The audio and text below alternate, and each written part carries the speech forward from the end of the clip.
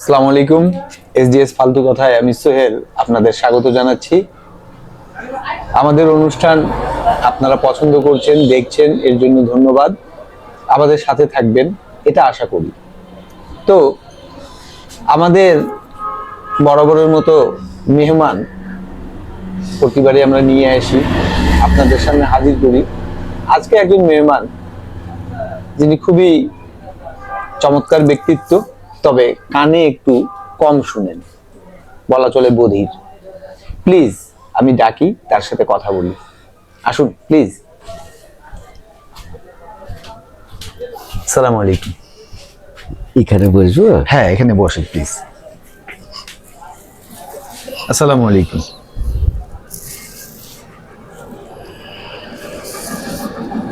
ভাই আসসালামু আলাইকুম।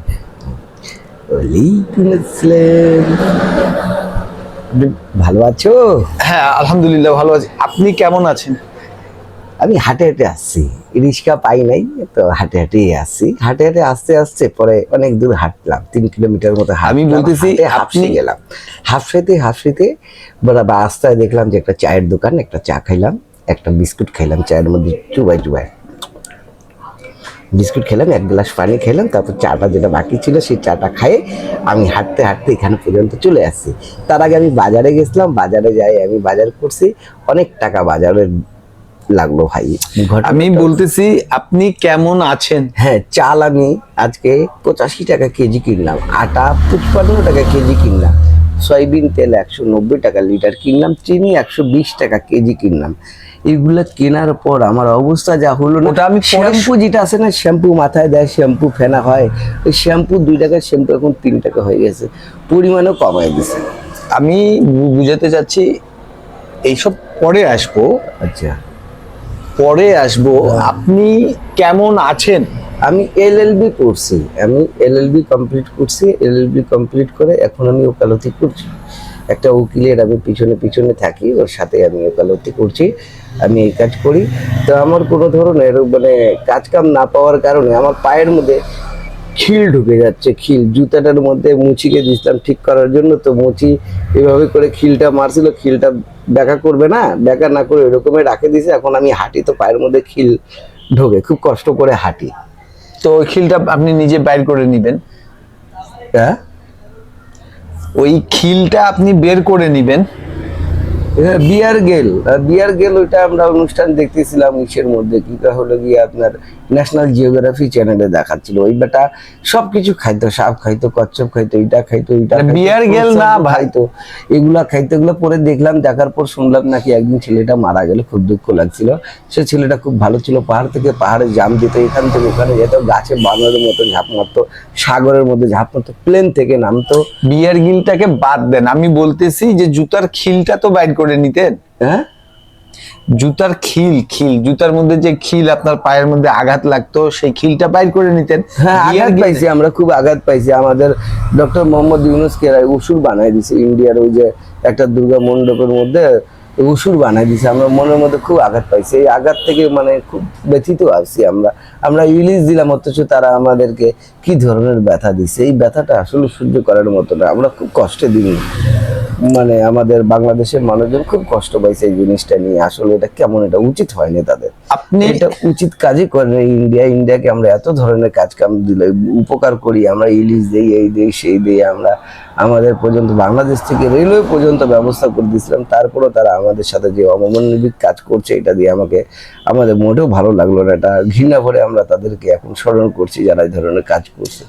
আমি সেটা বলতেছি না, ডক্টর মোহাম্মদ ইউনূসকে ওই অসুর বানায় দিছে বা ইলিশ দিছে সেটা বলতেছি না। কি কথা বলতেছিলাম আমি ভুলে গেছি। এটা কেমন হইলো, আমি কিভাবে আপনাকে বুঝাবো? মার্ক জুকারবার্গ, এটা হচ্ছে ফেসবুক বানাইছে, মার্ক জুকারবার্গ ফেসবুক বানাইছে। ফেসবুকে আমরা এখন অনেকটাই ফেসবুক দেখি, মার্ক জুকারবার্গ নাম ওর, ফেসবুক যে বানাইছে। আপনি কানের মধ্যে কিছু লাগান না? কানের মধ্যে হেয়ার এইড যে থাকে, কানের মধ্যে লাগায় কথা বললে শোনা যায়।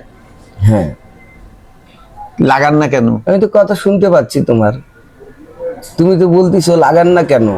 আমরা কিন্তু যে তেল লাগাইছি, তাই দেখো নারিকেল তেল লাগাইছি মাথার মধ্যে, মাথা খুব ব্যথা করতেছিল না, আসার সময় নারিকেল তেল লাগাইছি আমি। নারিকেল তেল মাথায় লাগাই, শ্যাম্পু দিয়ে গোসল করার পর নারিকেল তেল মাথায় লাগালে মাথাটা ঠান্ডা থাকে।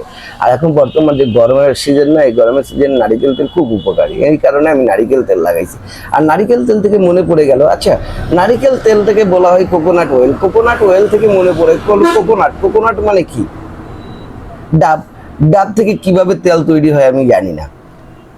আমি বলতেছি আপনি কানের মধ্যে কিছু লাগাইছেন কিনা সেটা।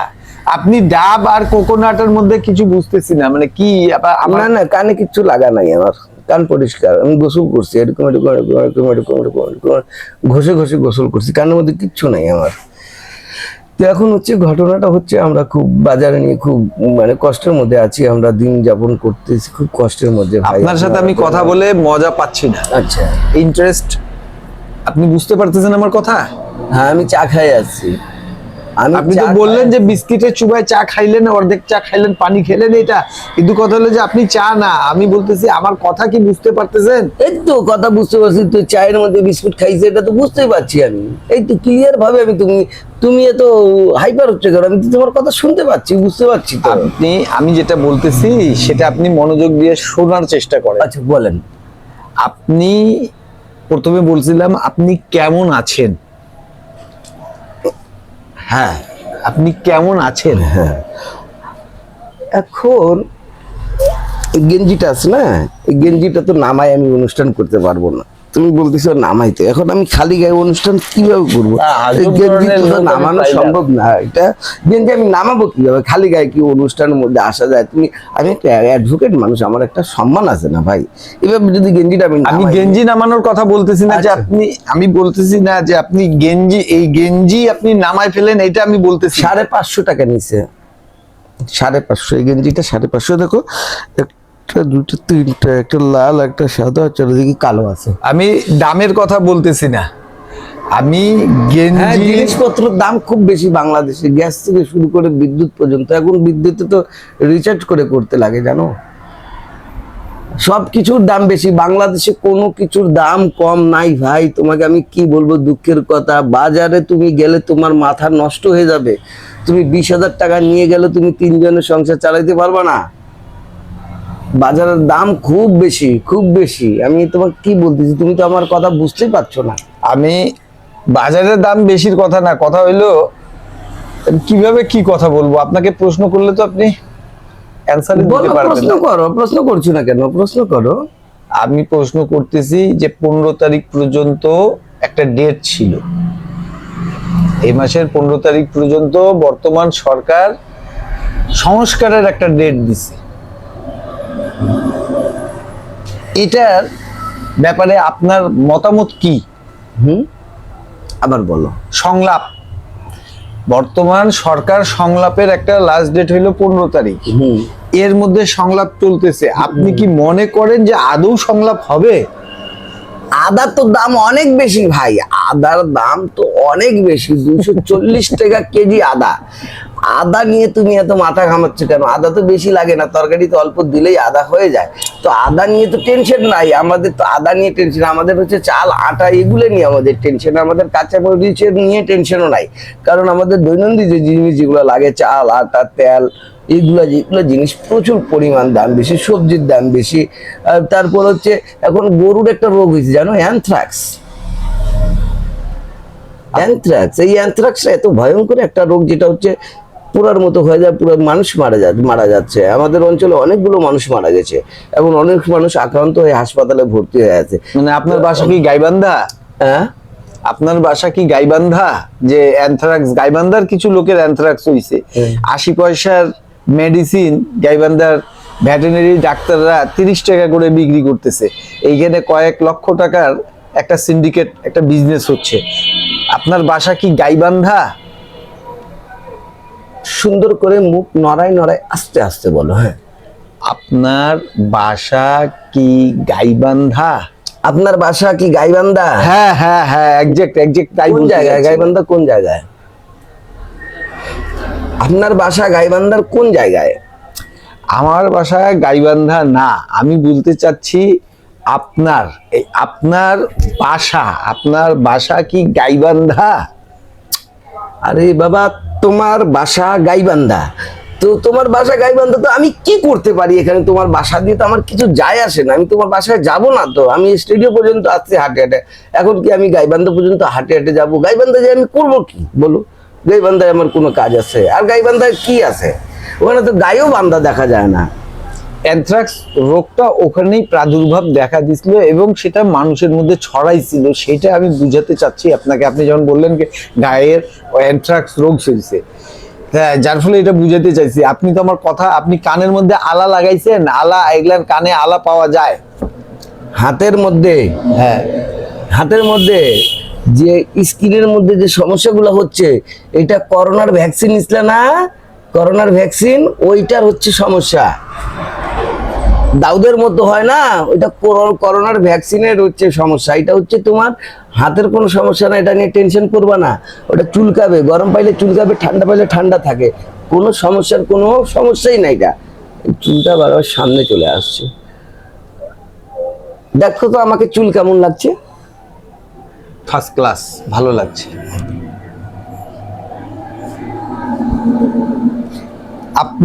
তুমি প্রশ্ন করো, প্রশ্ন করো। আমার প্রশ্ন করার মতো ক্ষমতা নাই। আপনি কানের মধ্যে আলা লাগাননি কেন? কানের মধ্যে একটা হেয়ার এইড পাওয়া যায়, ওটা লাগালে আমি যে কথাগুলো বলতেছি সেই কথা আপনি বুঝতে পারতেন।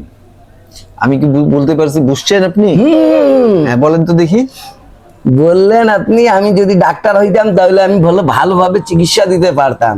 তাহলে আমি কানের মধ্যে লাগাই মানুষকে চিকিৎসা করতে পারতাম। আমি ডাক্তার হওয়া উচিত ছিল, আমি বেকার উকিল হয়েছি। আপনি এই জিনিসটাই আমাকে বুঝালেন যে আপনি ডাক্তার হওয়া উচিত ছিল আপনার। আপনার কথা মানে মাথা ব্যথা কি? পাহাড়ি বাবার পাহাড়ি মলম লাগাবা, মাথা ব্যথা চলে যাবে। না, আমার মাথা ব্যথা নাই, কিন্তু আপনার সাথে কথা বলে আমার মাথা ব্যথা চলে আসতেছে। আচ্ছা, হাতে কি এটা? ফুটবল খেলা 2026-এ, ফিফার ফুটবল খেলা 2026-এ হবে।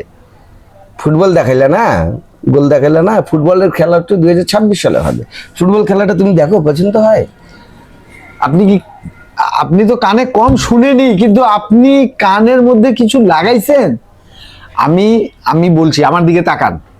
আমি বলছি, এই চোখ আছে না, এটা আমার দিকে, হ্যাঁ, আমি বলতে, মুখটা দেখেন। আপনি কেমন আছেন?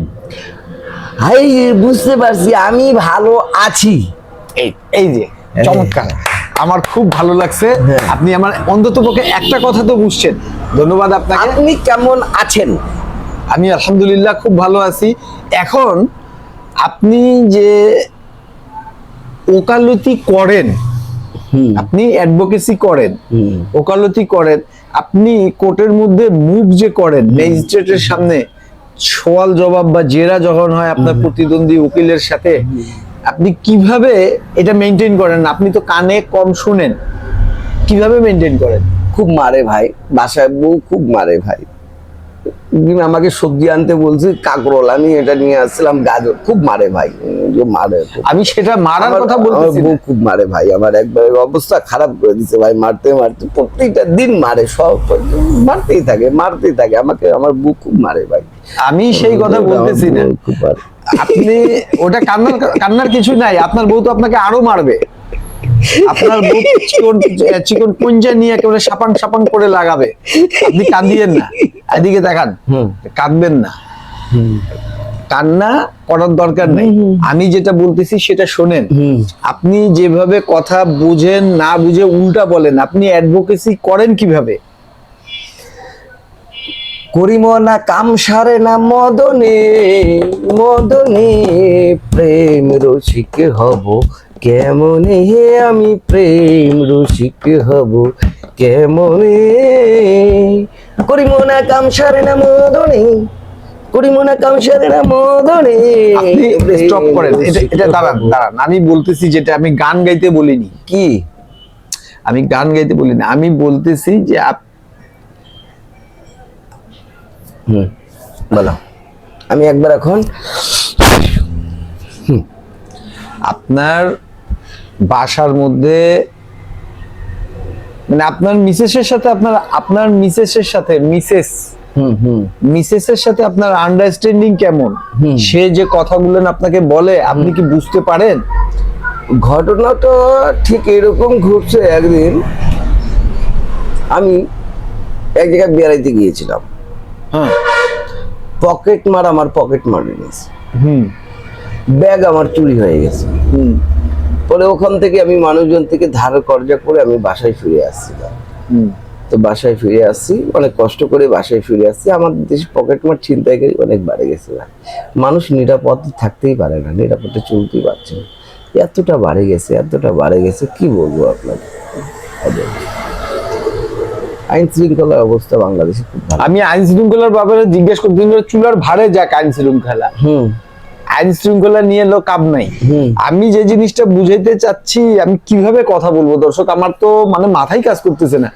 আপনাকে আমি বুঝাইতে চাচ্ছি, কি বলবো, আমার তো ভাষাই নাই। আমি বলতেছি আপনার মিসেস এর সাথে আপনার আন্ডারস্ট্যান্ডিং কেমন?